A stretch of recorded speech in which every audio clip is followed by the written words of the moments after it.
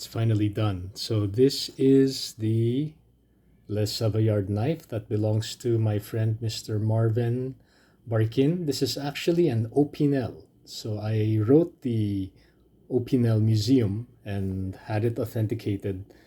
And it apparently it was made by the Opinel factory sometime within the 1970s and 1980s. So it's not a complete restoration. Basically, I just cleaned it up. It's more of a rehab. Took away all of the most of the rust, polished up the blade, sharpened it, of course. So cuts like a dream. I mean, you know, legendary Opinel sharpness.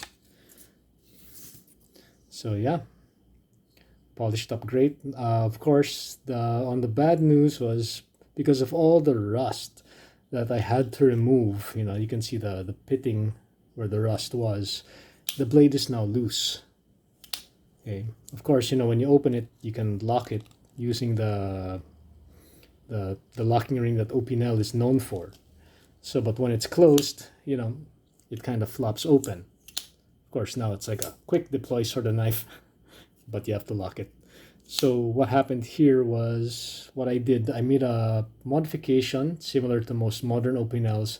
I actually grinded in a notch there so that when it's closed, you know, you can lock it and it's not going to come loose in your pocket or bag or wherever you plan to carry it. So, you know, just unlock it and then quick deploy.